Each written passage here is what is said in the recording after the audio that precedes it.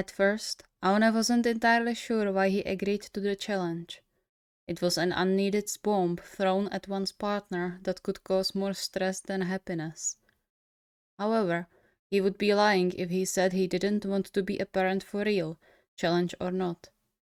He was already familiar with basics of childcare through his two little nieces, and his mom let herself be heard she wouldn't mind having another grandchild.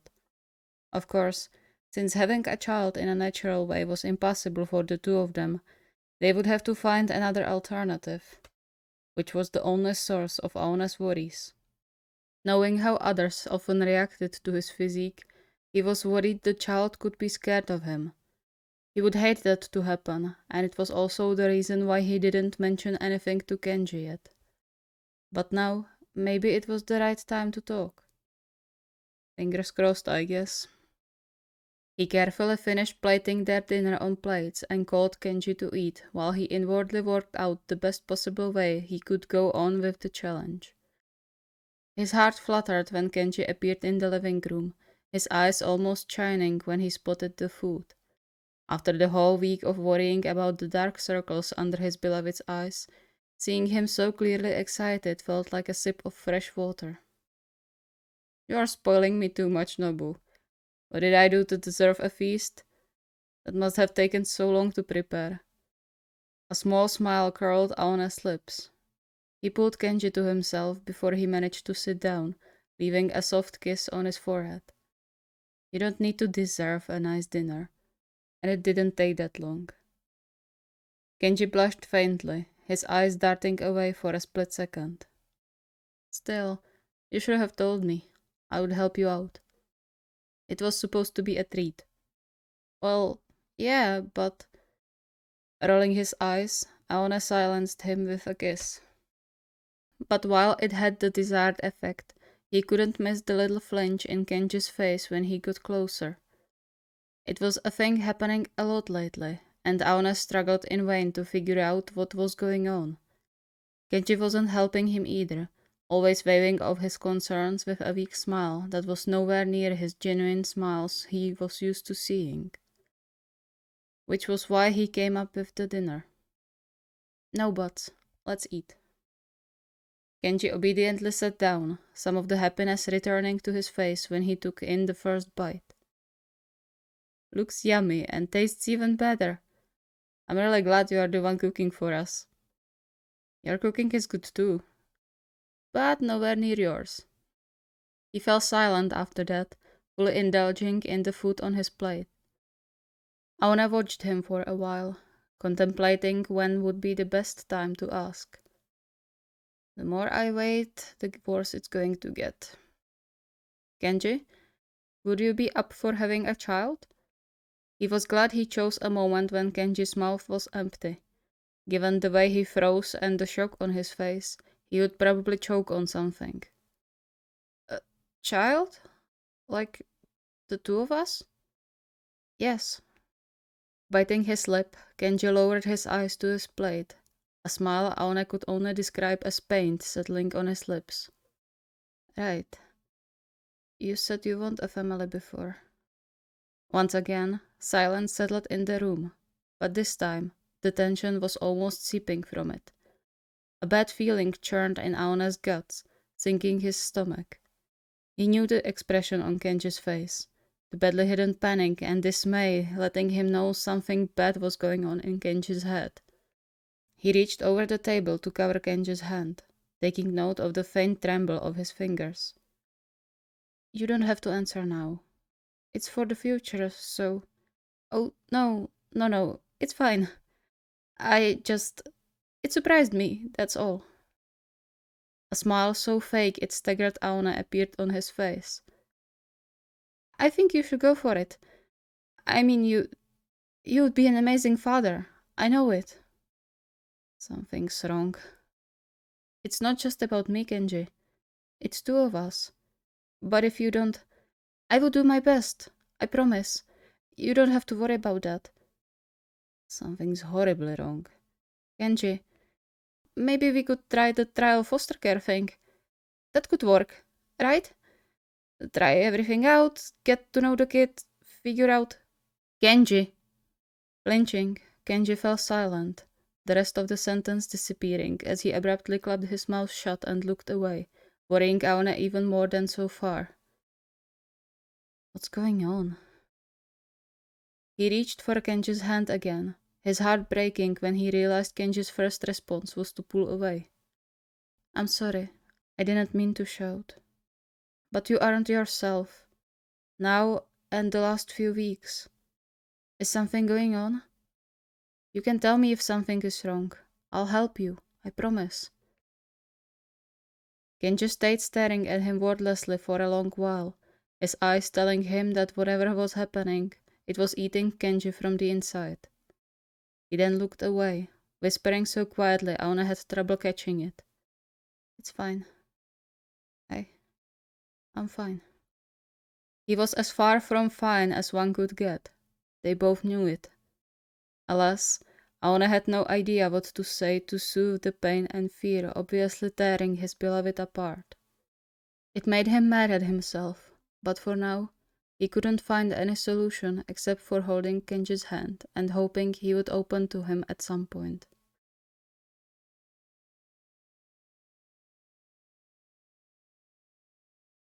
Hayato wasn't the Earth's strongest soldier when it came to Taichi. He knew that well and never tried to hide it, not only for Taichi's sake, but also because he didn't find anything bad about it. Why would he be ashamed of being enamored by his fiancée, the love of his life? And just imagining the absolute cuteness in the form of a child with Taichi's features waddling around their home warmed his heart. Of course, he wouldn't mind if their kid had his features either, or neither of theirs. As long as he would be allowed to call the kid his, he was going to be happy. However, he wasn't the sole member of their family, and after the last talk they had with Taichi, he wasn't sure if it was a good time to bring up kids.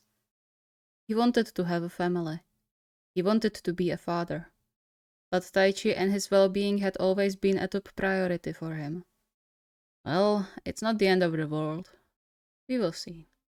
He sped up a bit, his footsteps echoing hollowly through the empty hallway as he made his way back into the room Taichi was in, an empty sports bag dangling in his fingers. Now that Taichi was finally allowed to go home by his doctor, he was busier than ever with preparing everything for his return to the flat, including securing several bags of the preventive clothing factors. No more emergency hospital visits if he could prevent it. Despite the still slightly dire shadow of the situation hanging above their heads, he couldn't help the smile forming on his lips when he entered the room and saw Taichi sitting up without any discomfort, the sun coming in through the window making his hair glow like a burning fire. Have I told you how incredibly pretty you are yet? The faint red blush immediately spreading over Taichi's cheeks made him smile even more. You've been telling me that at least twice a day for the last week. And it still isn't enough. He cupped Taichi's cheeks to kiss him better, the skin under his palms burning up. I need to remind you often, so you don't forget it. Taichi clicked his tongue, but his expression told Hayato everything he needed to know. He held Taichi's face in his palms for a bit longer, just admiring all the delicate features of his beloved's face, from the soft eyes to even softer lips and the light dusting of freckles on his nose he adored from the moment he noticed them for the first time. Should we start packing your stuff? A tender smile curled Taichi's lips. Yeah, I can't wait to be home. Then let's get into it. Though, are you sure you can move around too much? The last thing we need is for you to hurt yourself again. The doctor said I should move to some extent. Packing is fine. His cheeks reddened a bit more. But I'll probably need your help with carrying the bag. Hayato grinned, stealing one last quick kiss from Taichi's lips. What else would I be here for? But still, let me do the lifting, okay? You can organize it into the bag. Taichi rolled his eyes, but listened and only shifted on the bed into a better sitting position, waiting for Hayato to hand him the first items with an outstretched hand.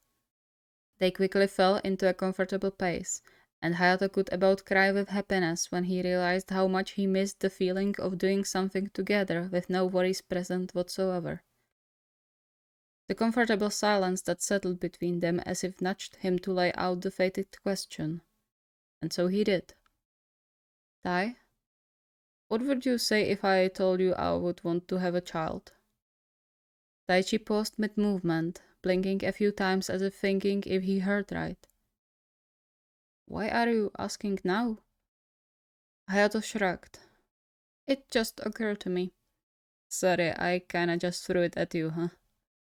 No, it's fine. I mean, you said you want kids before, so it's not that surprising. But I don't know how much I can help you with that wish. The sorrow appearing in his eyes shattered Hayato's heart to pieces. He took Taichi's hand in his, entwining their fingers together firmly. You'd be a great dad, Tai. But I'm not going to pressure you into having children just because I want them. So if you don't feel like it, tell me. I'm not going to get mad or anything.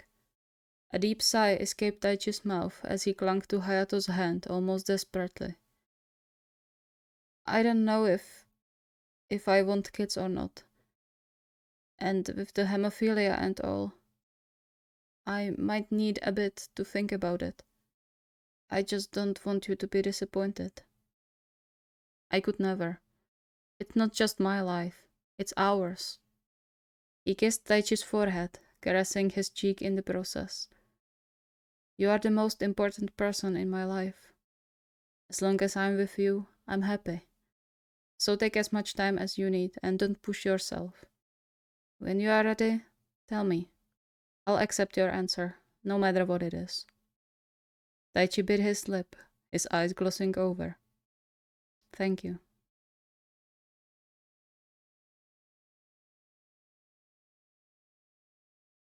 Getting chosen for this particular challenge came as a surprise to Kunimi. He couldn't recall a single instance when he would mention wanting a baby, not in his adult years and definitely not in high school. Though knowing Oikawa, he might just choose randomly. Or he knew something Kunimi didn't. He wouldn't put it past his former captain. Stupid Oikawa-san always making things more complicated than they need to be. Truth to be told, he wasn't sure if he would welcome a positive or negative answer more. Even though they never talked about it, Kindaichi always struck him like the kind of person who would want to be a dad one day. Kunimi wouldn't be against the idea either, but it wasn't just about wanting.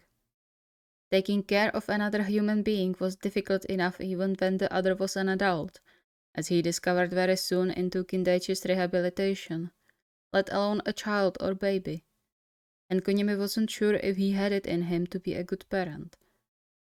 The thought made him sad, especially when he imagined he would be met with a positive answer. He wanted to be there for Kindaichi and his wishes. But... Aki? Are you okay?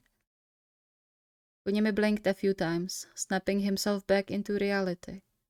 He glanced around to remind himself where he was, finding Kindaichi watching him from the table with a concerned crease formed on his forehead.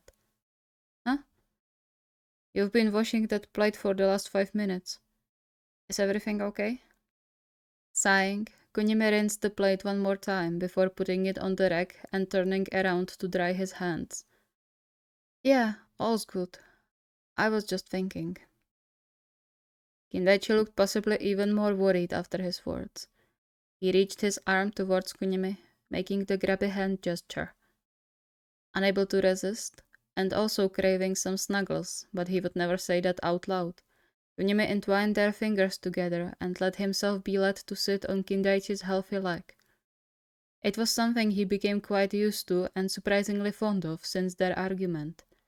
It was momentarily the only way he could sit on Kindaichi's lap without hurting him, and he was sure to treasure every second of it. You weren't overthinking stuff again, were you? Kunimi cracked a smile and snuggled closer, shivering slightly when Kindaichi squeezed his side. No, don't worry. This was about something else. Want to share? I suppose. Would you want to have a baby? Raising his eyebrows, Kindaichi tilted his head in surprise. Now that's something I didn't expect to hear today, or even in this decade, to be honest. Kunimi's heart sank a bit. Do you think it's weird for me to ask that? No, no, that's not what I meant. I just didn't expect you would think about something like that. He gently brushed his thumb over Kunimi's cheek, and Kunimi instinctively leaned into the touch. I didn't even know you want kids. You've never mentioned it. Kunimi paused, biting on his lower lip as his eyes darted to the side. Now that they got to the tricky part, he suddenly didn't know how to explain his thoughts properly to not cause disturbance between them again. He hated the prospect of this becoming a wedge in their relationship, but on the other hand, he knew he had to be honest. I'm not sure. I think I wouldn't mind it, so if you would want a kid, I wouldn't be against it. I just don't know if I would be up to the part. You know? He didn't fight against it when Kindaichi cupped his cheek and turned his face back, finding Kindaichi looking at him with his usual soft gaze and the tenderest of smiles on his lips. I think you would be a great dad. Maybe not the most active one, but definitely a kind and dedicated one. But I can barely take care of you now. And with a child. He hummed quietly when Kindaichi brought their lips together, leaving the sentence unfinished. Hey, don't take this whole thing too much to heart. You've always been doing great. And besides, it would be two of us on that, remember? So if you ever come to a conclusion you want to have a little snot goblin running around here, we can go for it. I'll be here for you. Kunimi snorted a short laugh and hid his face in the crook of Kindaichi's neck, his heart skipping a beat when Kindaichi snuggled closer. It seemed like he didn't have anything to worry about after all.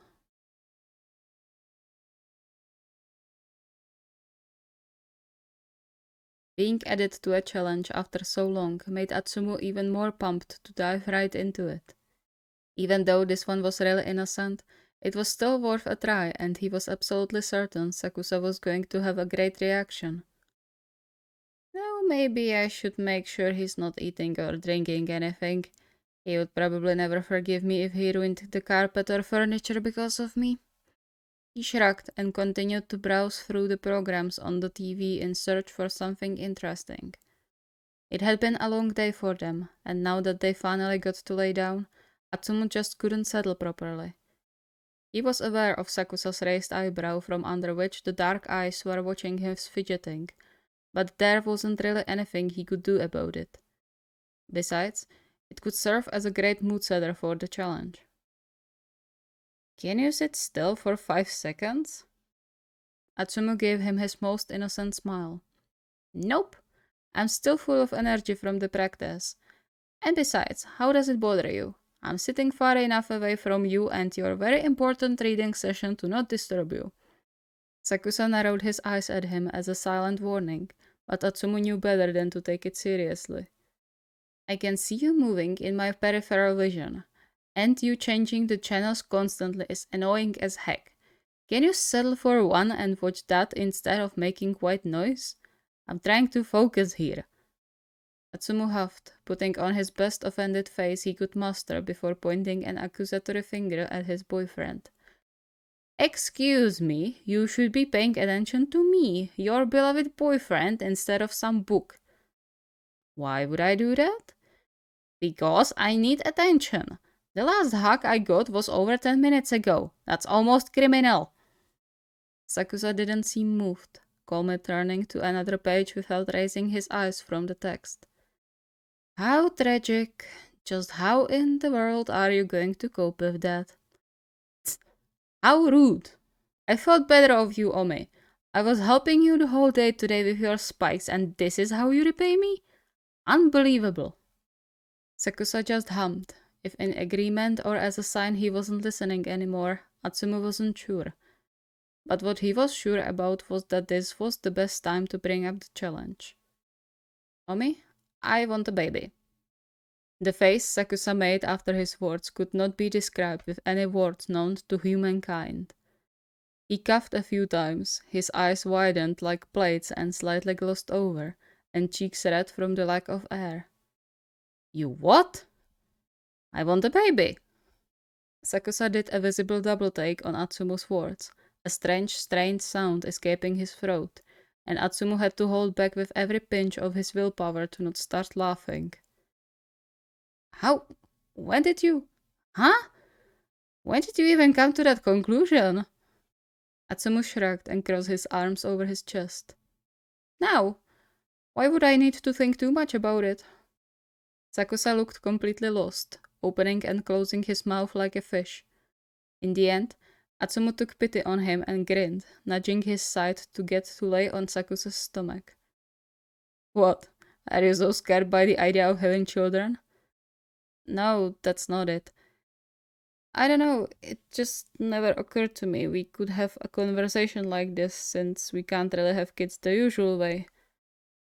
And I guess I didn't expect you to be so straightforward about it. Oh, come on, Ome. You've known me for what, 8 years? You know I don't like circling around the topic. A small smile tucked in the corner of Sakusa's mouth. True that. But are you sure about it? I mean, we are both pro athletes, we travel all the time and have busy schedules overall. Is it the best idea to bring a baby into that? I guess if you put it that way. He smiled and reached up for a short kiss, then one more before he settled comfortably with his head on Sakusa's chest. I wasn't that serious about it, by the way. It was a challenge. But maybe when we retire, we could think about it more? What do you say? He could feel Sakusa smiling above him. Sure, why not?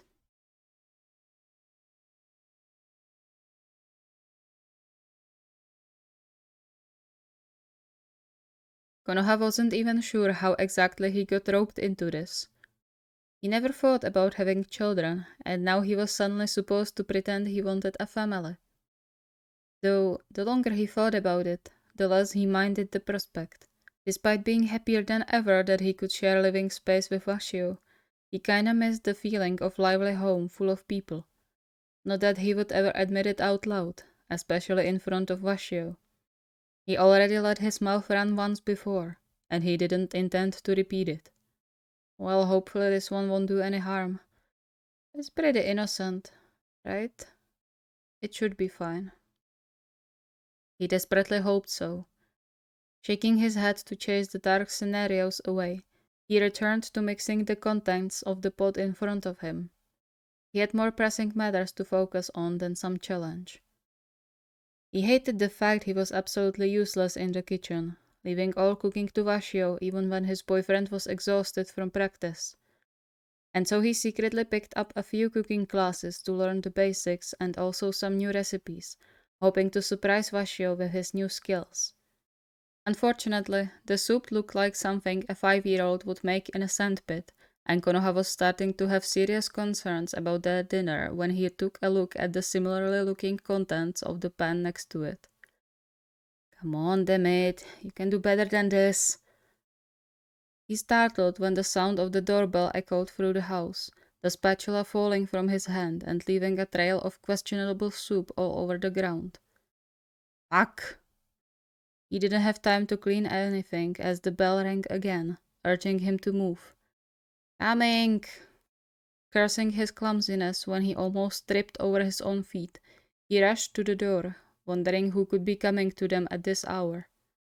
To his surprise, however, he was greeted with a sight of his boyfriend standing sheepishly behind the door, an apologetic smile on his lips. I'm sorry, I forgot my keys. Despite everything, Konoha had to chuckle. Seems like you won't be able to call me the forgetful one anymore. What if I wasn't home? Then I would wait here, waiting for you to come back. Konoha snorted a short laugh. Like a pup. He stepped aside to let Washio in, wrapping his arms around him the moment he let go of his sports bag. He didn't realize how much he needed a hug before, but now that he had Washio home, he had trouble convincing himself to let go. Washio's embrace just had that effect on him. Always. I missed you.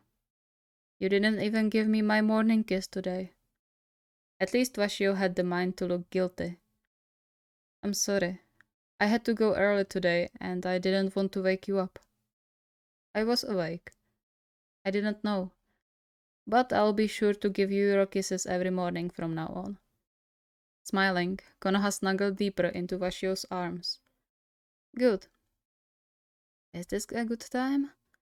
Probably the sooner the better, right? Can I ask you something? They both paused before chuckling a bit awkwardly. Okay, you first. Are you sure? Yeah, go ahead. Washio cleared his throat, his eyes darting to the side for a brief second before returning to Konoha. Okay, so I know this isn't the best place, but I wanted to ask if... He took a deep breath and stopped, his brow furrowing as he sniffed. Do you smell something burning?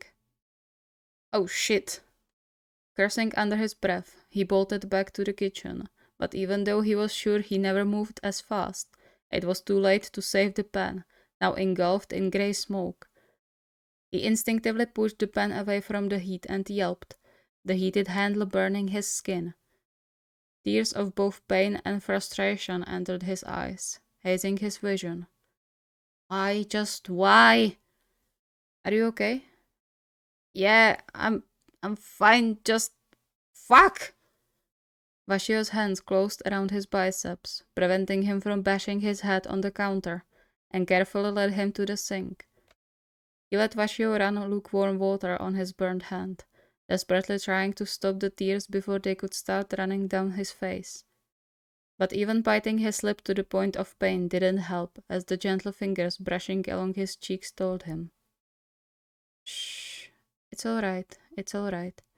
Just hold the hand under the water, okay? That's not it. I'm such a screw up, He got silenced by the warm, calloused hand laid on his cheek and turning his head to face Washio. It's okay. Just take a deep breath. You aren't a screw up.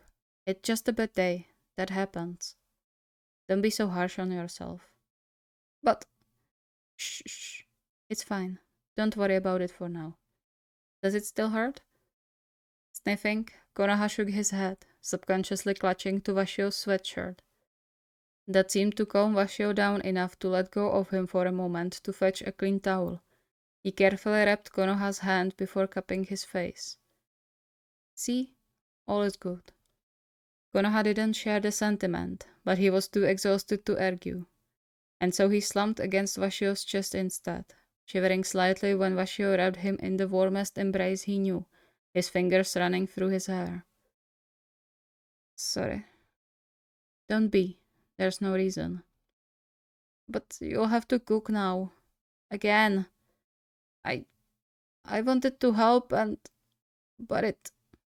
A soft laugh rumbled through Washio's chest. I appreciate the attempt. It will get better. You'll see. I wish. What did you want to ask?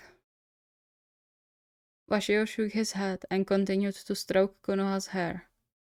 That's not important now. Don't worry about it. Let's cook something together. What do you think?